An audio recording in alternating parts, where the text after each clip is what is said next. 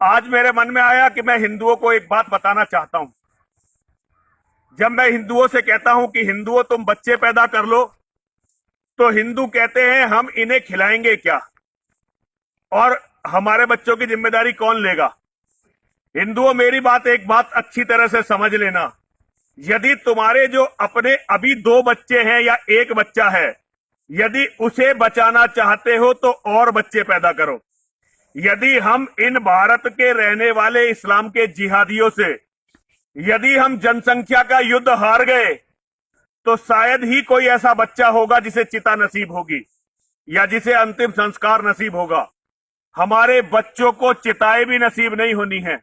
और इसका अगर आपको देखना है तो आप सुक्रताल में आकर देखिए। ये हिंदू संतों की भूमि है, यहां बड़े बड़े आश्रम हैं, लेकिन जैसे मैं देख रहा हूं हर आश्रम में ज्यादातर काम करने वाले मुसलमान, परमानेंट काम करने वाले मुसलमान हैं आश्रमों में। और यहां पहले कोई मुसलमानों को जमीन नहीं देता था सुक्रताल में, लेकिन धीरे धीरे अब सुक्रताल में मुसलमानों की संपत्तियां बढ़ने लगी हैं। और यहां काम करने वाले बहुत सारे लोग, फल बेचने वाले, सब्जी बेचने वाले दुकानदार यहां मुसलमान होते चले जा रहे हैं। सारा क्षेत्र हिंदू बाहुल्य है, लेकिन यहां मुसलमानों का इतना दबदबा है कि यदि मुसलमान किसी को यहां पीट दें तो हिंदू उसका साथ देने के लिए खड़ा नहीं होता। खड़ा कहां से होगा? कमजोर हो चुकी है ये कौम इतनी कि अब अपने भाई का साथ नहीं देती। यदि हिंदू हिंदुओं का झगड़ा हो तो बहुत सारे मुसलमान इस क्षेत्र में इकट्ठे हो जाते हैं। ये मैं ग्राउंड रियलिटी बता रहा हूं आपको।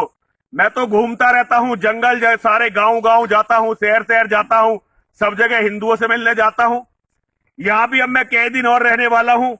पूरा क्षेत्र बाहुबली जाटों का और गुजरों का है, जिनके पास बहुत सारे असले हैं, बहुत सारे हथियार हैं, लेकिन घर में बच्चे ही नहीं हैं।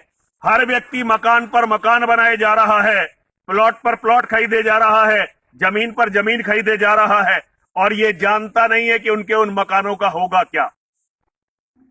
आज कहते कहते बड़ी थकान सी भी होने लगी है।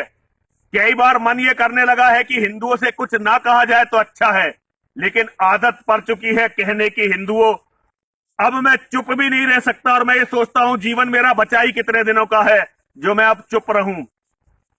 मैं मां गंगा के तट से हिंदुओं तुम्हें केवल इतना कहना चाहता हूं, केवल तुम्हारे घर में बच्चे, लड़के, बेटे, बच्चों में भी बेटे, क्योंकि बेटों के कंधे पर होता है पूरे परिवार की रक्षा का भार।